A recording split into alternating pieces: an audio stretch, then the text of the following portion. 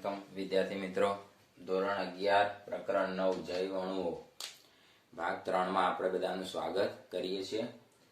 સજીવોમાં જોવા મળતા કાર્બનિક દ્રવ્યોનું પૃથ્થકરણ આવો એક મુદ્દો તમને ટેક્સ્ટ બુકમાં આપેલો છે કે ભાઈ વૈજ્ઞાનિકો જૈવ અણુઓનો અભ્યાસ કરવા માંગે છે તો એમને માહિતી કઈ રીતે પ્રાપ્ત થઈ હશે કે આ પ્રમાણે કોષોની અંદર આવા જૈવિક અણુઓ રહેલા છે.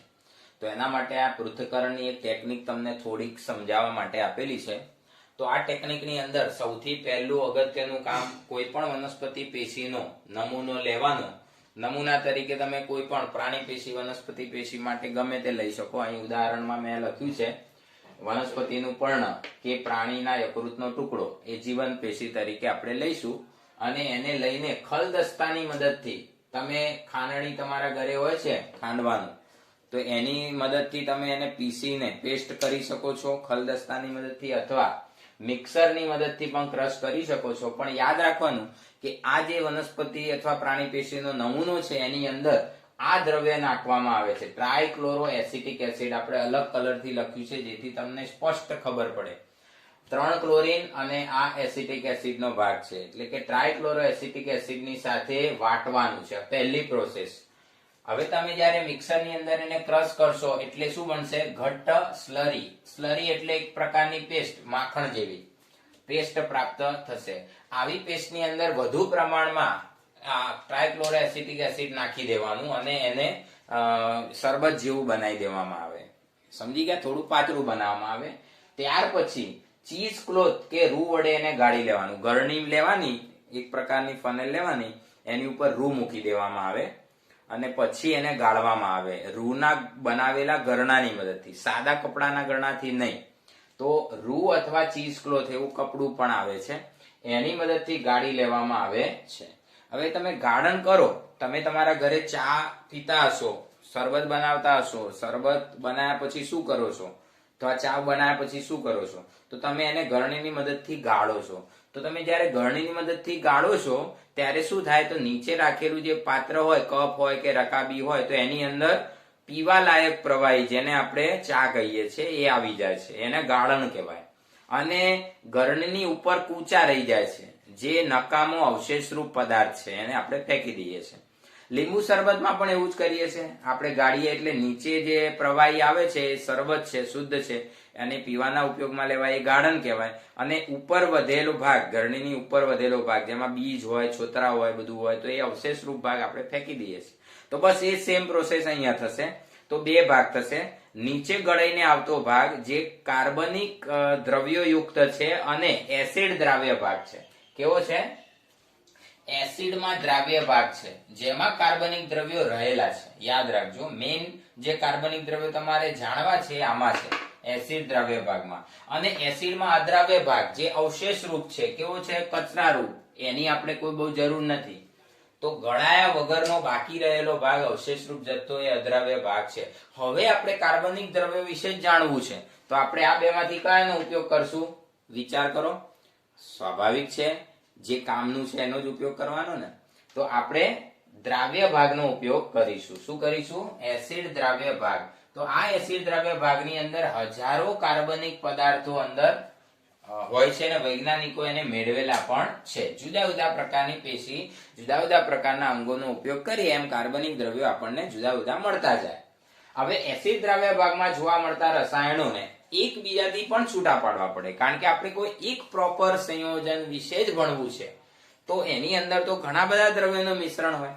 તો એના માટે અલગીકરણની જુદી જુદી ટેકનિકોનો ઉપયોગ થાય છે. અલગીકરણની જુદી જુદી પદ્ધતિઓનો ઉપયોગ થતો હોય છે. ખ્યાલ આવી ગયો? અહીંયા જો લખ્યું છે આપણે એસિડ દ્રાવ્ય ભાગની અંદર રહેલા રસાયણોને એકબીજાથી અલગ કરવા માટે અલગીકરણની જુદી જુદી રીતો શોધેલી છે વૈજ્ઞાનિકોએ. ચોક્કસ રીતનો ઉપયોગ કરવામાં આવે છે. ચોક્કસ પ્રકારની અલગીકરણ પદ્ધતિથી એક અલગ અને શુદ્ધ સંયોજન તમને પ્રાપ્ત થતું હોય છે. ચોક્કસ પ્રકારનું શુદ્ધ સંયોજન તમને પ્રાપ્ત થતું હોય છે અને આ પદ્ધતિને વિશ્લેષણાત્મક પદ્ધતિ કહેવાય. આ પદ્ધતિનો ઉપયોગ કરી કોઈ પણ સંયોજનના આણ્વીય સૂત્ર એટલે એનું અણુસૂત્ર અને એનું બંધારણ સૂત્ર અથવા સંભવિત સંરચના એની જાણકારી આપણને પ્રાપ્ત થતી હોય છે.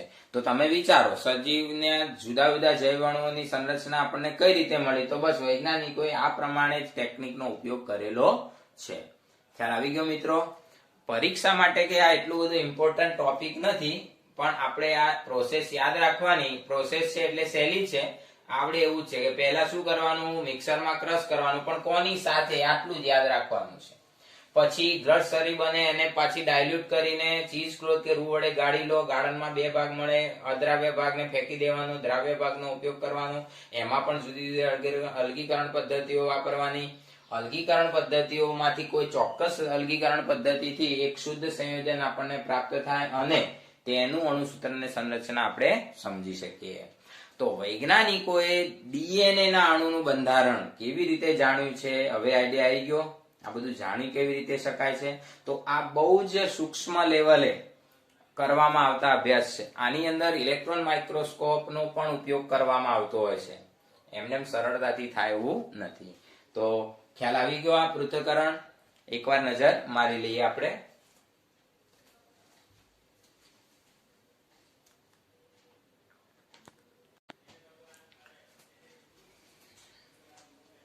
વિદ્યાર્થી મિત્રો, કોઈ પણ જીવંત પેશીના નમૂનામાં કાર્બનિક અને અકાર્બનિક રસાયણો રહેલા છે તેની પરખ કરવાની રીત. તમારે કોઈ પણ નમૂનો પસંદ કરો, એની અંદર કાર્બનિક અકાર્બનિક તત્વો છે, એની પરખ કરવી હોય તો તમે કઈ રીતે કરી શકશો? તો એના માટે અહીંયા આગળ આપણે ટેકનિક બતાવેલી છે. તો સૌપ્રથમ જીવંત પેશીના નમૂનાનું વજન કરી લો. તમે જે કઈ લીધું હોય, પાંદડું લીધું હોય કે યકૃતનો નાનો ટુકડો લીધો હોય, જે પણ લીધું હોય, કોઈ સ્નાયુ પેશીનો ટુકડો લીધો હોય, જે લીધું હોય, એનું ભીનું વજન કરવાનું શરૂઆતમાં. માની લો કે ભીનું વજન તમે કર્યું છે 15 ગ્રામ આવ્યું છે પહેલા સ્ટેપમાં. પછી નમૂનાને સૂર્યની ગરમીની મદદથી, સૂર્યપ્રકાશની મદદથી સૂકવી દેવાનો. નીચે ચૂલો સળગાઈને નહીં સૂકવવાનો, સૂર્યના તડકામાં સૂકવવા દેવાનો એને. બરોબર અઠવાડિયું જેવું સૂકવવા દો. એ સૂકવણી કરવાથી એનું પાણી જે છે બાષ્પીભવનથી દૂર થઈ જાય છે. બાષ્પીભવન દૂર થઈ જાય છે અને બાષ્પીભવનથી દૂર થઈ ગયા પછી બાકીના નમૂનાનું ફરીથી વજન કરો તો એનું શુષ્ક વજન છે. તો માની લો કે આ શુષ્ક વજન તમને મળે છે 6 ગ્રામ. કેટલું મળે છે? 100 ગ્રામ મળે છે. પહેલા કેટલું હતું? 15 ગ્રામ. હવે 6 ગ્રામ. તો આ બેનો તફાવત જે કરશો એ પાણીની હાજરી સૂચવે છે. તો કોઈ પણ જીવંત પેશીના નમૂનામાં પાણીની હાજરી હોય જ છે. તો તમે આ તફાવત કરી દો. 15 માંથી 6 જાય એટલે કેટલા થયા? વિચારો, 9. તો 9 ગ્રામ જેવું પાણી હતું એ ઉડી ગયું. હવે જે બાકી વધેલો નમૂનો છે શુષ્ક પેશી થઈ ગઈ. હવે કેવો નમૂનો થઈ ગયો? શુષ્ક. તો શુષ્ક નમૂનાની પેશીનું સંપૂર્ણ દહન કરો, એટલે કે પૂરતા ઓક્સિજનની હાજરીમાં સળગાવવાનું. અપૂર્ણ દહન નહીં કરવાનું. પૂરતો ઓક્સિજન મળે એ રીતે બ્લુ કલરની ફ્લેમથી એનું દહન કરવાનું. આમ કરવાથી બધા જ કાર્બનિક દ્રવ્યોનું ઓક્સિડેશન થઈ CO2 સ્વરૂપે કાર્બનિક દ્રવ્યો બધા જ ઉડી જશે. યાદ રાખજો, કોઈ પણ નમૂનાને તમે સંપૂર્ણ ઓક્સિડેશન કરાવો એટલે કાર્બનિક દ્રવ્યો બધા જ CO2 સ્વરૂપે દૂર થઈ જાય. કાર્બનિક દ્રવ્યો અંદર વધે નહીં. દહનને અંતે બાકી વધેલો પદાર્થ એને રાખ કહેવામાં આવે. આપણે જાણીએ છીએ લાકડું સળગાઈએ તો રાખ વધે, પાંદડું સળગાઈએ રાખ વધે, કાગળ સળગાઈએ રાખ વધે. તો જે રાખ વધે છે એ રાખની અંદર શું હશે? તો ન સળગી શકે એવા દ્રવ્યો એ જ બાકી રહેશે ને. તો એને આપણે અકાર્બનિક તત્વો કહીશું, જેવા કે કેલ્શિયમ, મેગ્નેશિયમ, ઝીંક વગેરે એની અંદર હશે. રાખની અંદર તમને અકાર્બનિક તત્વો મળશે. હવે આ રાખનું તમે પૃથ્થકરણ કરો, એની કેમિસ્ટ્રીની પ્રક્રિયાઓ હોય છે, પ્રેક્ટિકલમાં આવશે તમારે. તો અકાર્બનિક તત્વો સલ્ફેટ, ફોસ્ફેટ, એસિડ દ્રાવ્ય ભાગમાં પણ હોય છે. આથી એસિડ દ્રાવ્ય ભાગનું તત્વીય પૃથ્થકરણ કરવાનું. જો સલ્ફેટ, ફોસ્ફેટ માટે તમે આ રીતે ના કરી શકો. એ શું છે? તત્વીય પૃથ્થકરણ કરવાનું.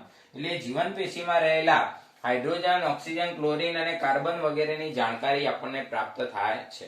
રસાયણ વિજ્ઞાનના કેમિસ્ટ્રીની અંદર જુદા જુદા રસાયણ પરીક્ષણ આપણે શુદ્ધ ગુજરાતીમાં લખ્યું છે. એને કહેવાય શું? Chemical test.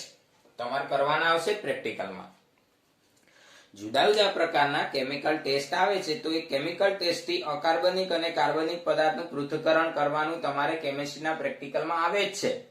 કે આપેલ નમૂનાની અંદર રહેલા ધન અને ઋણ આયનોની પરખ કરો અને આપેલ સંયોજનનું નામ જણાવો, એવો એક પ્રેક્ટિકલ આવે છે. બીજું કાર્બનિક પૃથ્થકરણ પણ આવે છે. તમને એમ કે આપેલા નમૂનામાં રહેલું કાર્બનિક તત્વ નો ક્રિયાશીલ સમૂહ ઓળખો અને તત્વનું નામ અને ગુણધર્મો જણાવો. તો એ પણ તમારે કેમિસ્ટ્રીની ટેસ્ટ આવે છે. તો રાસાયણિક કસોટીઓ એના વડે આલ્ડીહાઇડ, કીટોન અને એરોમેટિક સંયોજનોની જાણકારી આપણે મેળવી શકતા હોઈએ છીએ. તો આ પ્રમાણે કોઈ પણ જીવન પેશીમાં કાર્બનિક અકાર્બનિક રસાયણો રહ્યા છે તેની પરખ કરી શકાય છે. ખ્યાલ આવી ગયો? એકદમ સિમ્પલ છે. આમાં આપણે બહુ સમય વ્યતીત કરતા નથી અને ફોકસ ખાલી એટલું જ કરીએ છીએ કે આ રીતે આપણે એને કરી શકીએ, સમજી શકીએ. પૃથ્થકરણની રીત છે આ. તો એકવાર નજર મારી લેજો.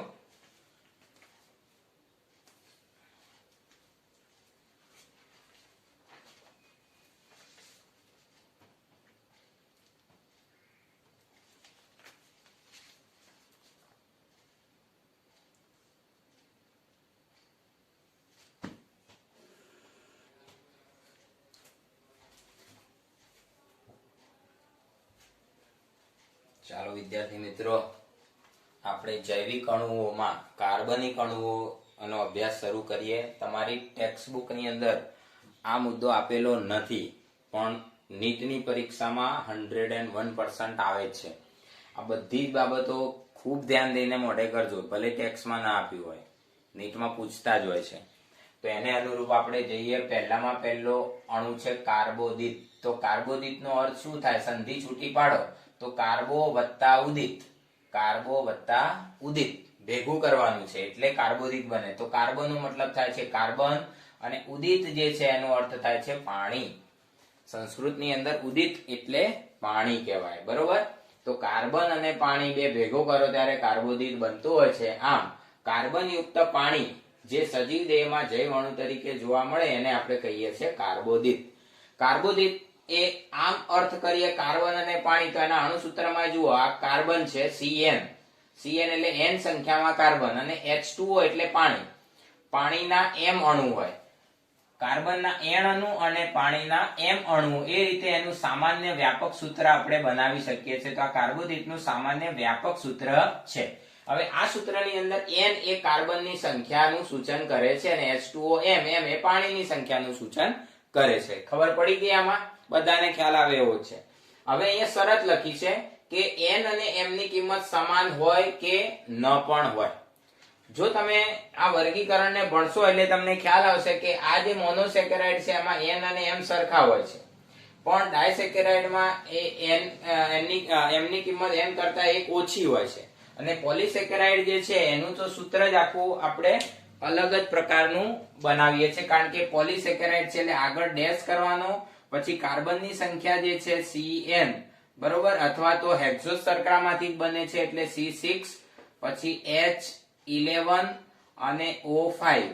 આ રીતના મોનોમર એકમોની પોલીસેકેરાઇડ છે એટલે એને આ રીતે રજૂ કરવામાં આવે છે. આ પોલીસેકેરાઇડનું સૂત્ર છે N, બરોબર. પોલીસેકેરાઇડમાં શું કરવાનું? આ હેક્ઝોસનું સૂત્ર જ એપ્લાય કરીશું, 6, 11 અને 5, બરોબર, અને એના n અણુઓ હોય છે. ટૂંકમાં n અને m ની કિંમત સરખી ન પણ હોય. હવે અહીંયા જોઈએ કાર્બોદિતનું વર્ગીકરણ, ક્લાસિફિકેશન. તો કાર્બોદિતના 3 પ્રકારો છે. પહેલો પ્રકાર છે મોનોસેકેરાઇડ, બીજો છે ડાયસેકેરાઇડ અને ત્રીજો છે પોલીસેકેરાઇડ. આ સરળ પ્રકારના કાર્બોદિત છે. આ કાર્બોદિત જે વર્ગીકરણ કર્યું એ સરળ કાર્બોદિતનું વર્ગીકરણ છે એવું આપણે સમજવાનું. જટિલ કાર્બોદિત પછી ચલાવીશું. અહીંયા આપણે લખી દઈએ સરળ કાર્બોદિત, સિમ્પલ. તો સરળ કાર્બોદિતમાં મોનોસેકેરાઇડ, મોનો એટલે એક એકમ તરીકે વર્તતી શર્કરા, સેકેરાઇડ નો અર્થ થાય છે શર્કરા, એકમ તરીકે વર્તતી શર્કરા, એમ એકમ તરીકે વર્તતી શર્કરા એને મોનોસેકેરાઇડ કહેવામાં આવે છે. એની રચનામાં એક જ અણુ હોય, બરોબર છે. સાંકળ લઈએ આપણે, સાંકળ, તો એમાં ઘણી બધી કડીઓ હોય, તો કડીઓનો સમૂહ એ સાંકળ કહેવાય. પણ એ કડીઓને છૂટી પાડી દઈએ તો એક સ્વતંત્ર કડી આપણને મળે, એ આ છે. અને કડીઓનો સમૂહ એટલે પોલીસેકેરાઇડ. સાંકળ રૂપ અણુ જે છે શૃંખલા બને એટલે પોલીસેકેરાઇડ કહેવાય. અને એક એકમ તરીકે વર્તે એને મોનોસેકેરાઇડ કહેવાય. તો મોનો નો અર્થ થાય છે એક, મોનોસેકેરાઇડ. બીજો પ્રકાર છે ડાયસેકેરાઇડ. ડાય એટલે બે, શર્કરાના બે અણુ એટલે કે બે મોનોસેકેરાઇડ ભેગા થઈને બનાવતી રચના, એટલે આને કહેવામાં શું આવે? દ્વિઆણવિક રચના પણ કહેવાય. દ્વિઆણવીય રચના. તો આ રચના જે છે એ બે અણુઓ ભેગા થવાથી બનતી રચના છે.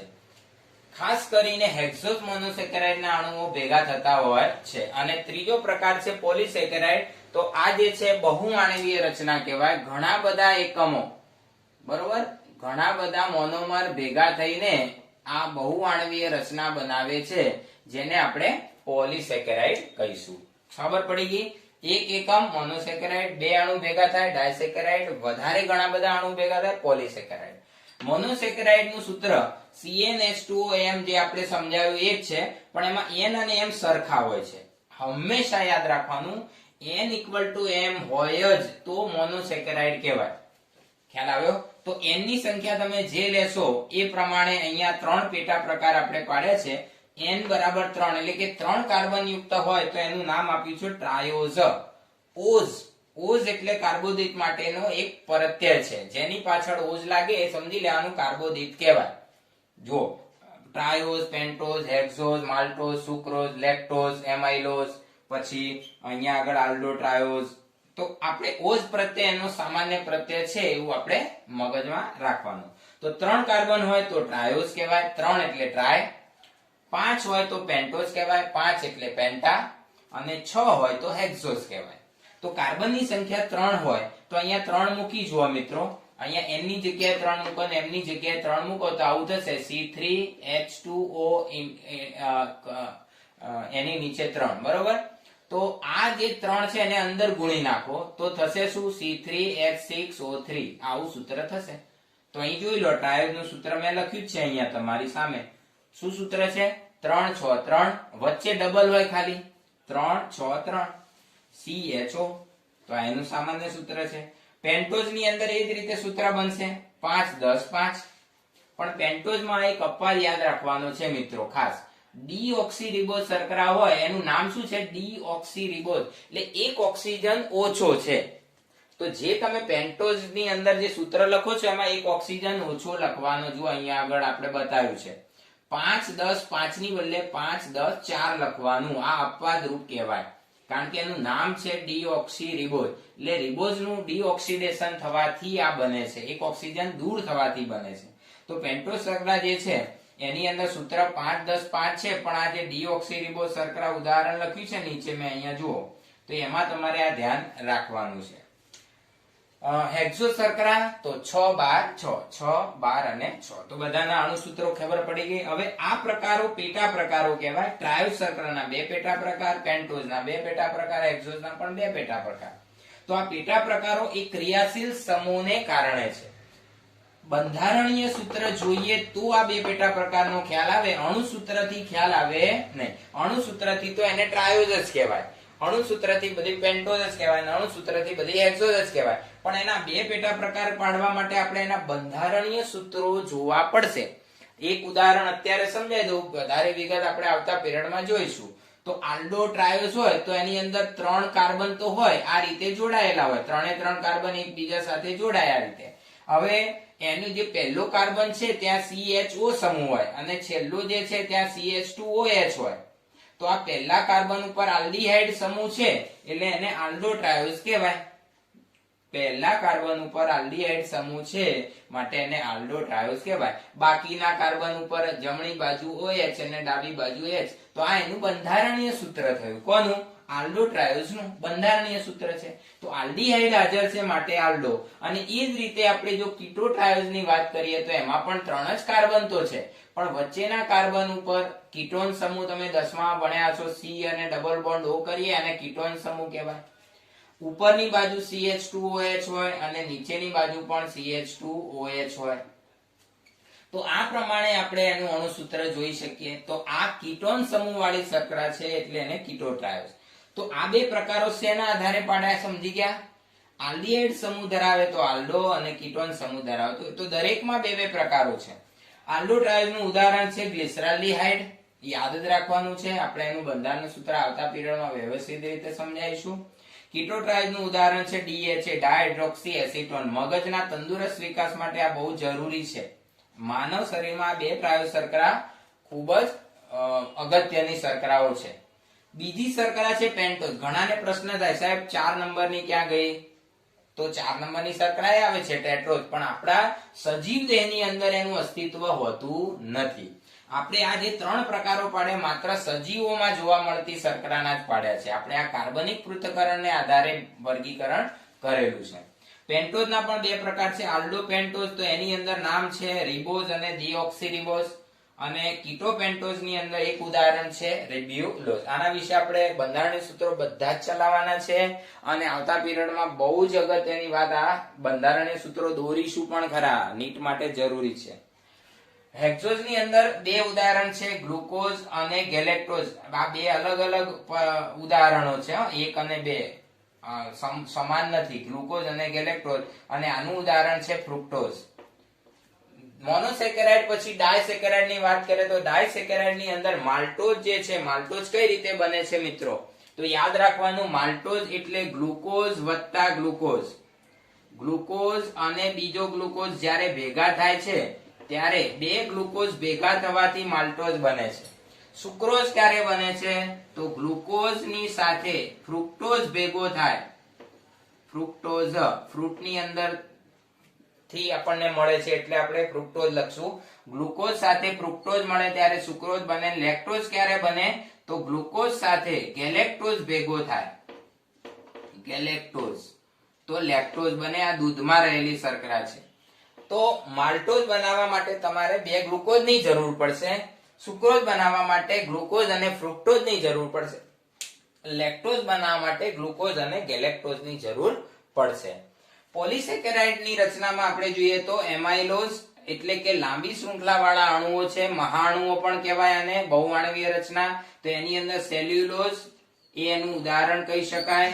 એમાઇલોઝ પ્રકારની સુગર એમાં વધારે શૃંખલા વધારે હોય છે, અને એમાઇલોપેક્ટિન પ્રકારની તો એ ગ્લાયકોજન. તમારા શરીરમાં સંચિત ઉર્જા, વનસ્પતિમાં સેલ્યુલોઝ અને તમારા શરીરમાં સંચિત ઉર્જા ગ્લાયકોજન એ પોલિસેકેરાઇડ ના ઉદાહરણો કહી શકાય. તો આ ક્લાસિફિકેશન છે, બરોબર વ્યવસ્થિત રીતે તૈયાર કરજો, ફોટોગ્રાફ પાડી લો. આના વિશે આગળના પીરિયડમાં આપણે થોડું ડિટેલમાં દરેક વિશે જોઈશું. દરેકની ક્યાં મહત્તા છે, બંધારણીય સૂત્ર શું છે, ક્યાં ઉપયોગિતા છે, બધું યાદ રાખવું પડશે નીટ માટે. તો આપણે વિશેષ ચર્ચા કરીશું. તમારા પાઠ્યપુસ્તકમાં આવું કશું જ નહીં મળે, જોશો તો. પણ ચિંતા કર્યા વગર આપણે જેટલું ચલાવીએ એટલું તૈયાર કરવાનું છે, બરોબર. આવતા પીરિયડમાં મળીશું. ત્યાં સુધી જય સ્વામિનારાયણ. વિડીયોને લાઈક અને શેર અવશ્ય કરજો. બધા સાહેબો એવું કરે છે કે શરૂઆતમાં એવું કહી દેશે, આપણે છેલ્લે કહીએ છીએ. અને સબસ્ક્રાઇબ કરી ના હોય ચેનલ તો કરી દેજો, એટલે જ્યારે વિડીયો નવો અપલોડ થાય તરત જ તમને નોટિફિકેશન મળી જાય. વધુ મહેનત કરજો, ખૂબ સફળ થાઓ. જય સ્વામિનારાયણ.